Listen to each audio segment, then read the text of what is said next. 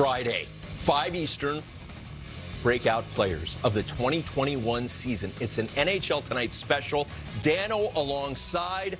Think about the guys that just absolutely exploded this past season. One name comes to mind right away, and to no one's surprise, Bruce, you came up with him first when we asked you to fire up your list.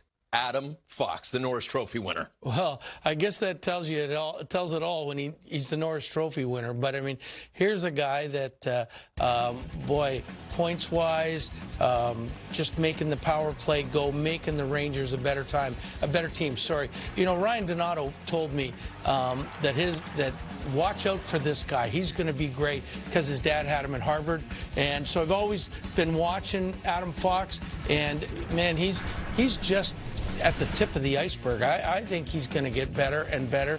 He sees the ice so well, and I mean, his point total is going to jump up. I mean, it wouldn't surprise me if he's close to 70, 80 points next year. Wow.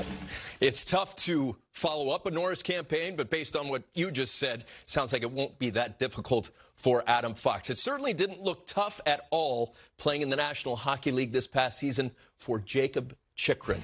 What a physical specimen he is, and what a campaign he had. Oh, yeah, I mean, and playing for Arizona, and I think he got 16 goals or 18 goals, one of those two numbers. And again, he's just a young guy. And I mean, what we forget was he was projected early on to be a top 5 pick in the draft. Yes, he was. He got hurt. And, you know, he had a long recovery, and being from Florida, they didn't maybe see him as much. But once he started getting going and getting healthy, his projection has just gone skyrocketing. And I mean, I don't even think we're anywhere close to seeing how good he can be yet, because, I mean, he's got a great shot. He knows when to jump in.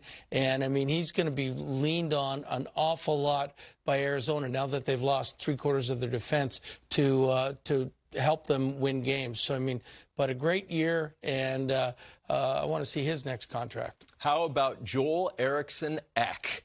Yeah, we had him in one of my favorite players ever since he came into the league. And, I mean, I always compared him to Lars Eller of the Caps, but I think he's surpassed him, and he's going to be a better scorer than Lars. He does everything you want. He's tough. He's annoying to play against as all get out. He's got a tremendous release on his shot, and last year was the first year that he really started to use that shot and gain the confidence in it. And, I mean, he could easily, if in an 82-game season, he would have got 25 to 27 goals, I believe. And, I mean, for him, that's great. But what a teammate. I think he's potential captain. He's got an 8-year deal.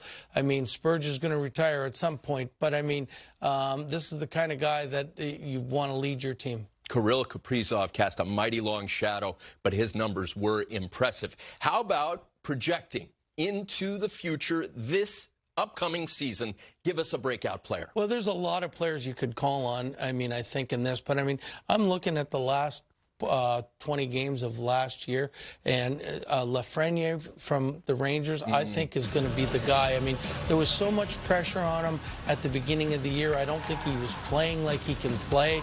And then once he got those first couple goals under his belt, and then he started to perform, and he ended up with 11 or 12 goals.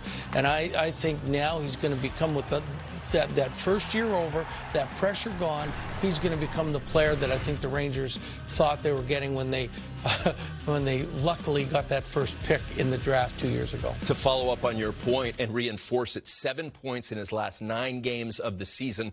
And none of us will forget what we saw during the World Juniors when he went 2 points a night and ate America's lunch. He was incredible. What about Kirby Dach? He seems to be a name that people are talking a lot about. You know what? If I had to pick one, I picked Lafreniere. But, I mean, we played Chicago a lot. And in the 2 years ago, I mean, when I was coaching in Minnesota, Kirby Dach can stick handle in a phone booth for a 6'4" guy. And I mean, he's got great playmaking ability written all over him. And I mean, if Jonathan Toews come back, this is why I think Chicago's going to do good. And you've got Kirby in the 2-hole.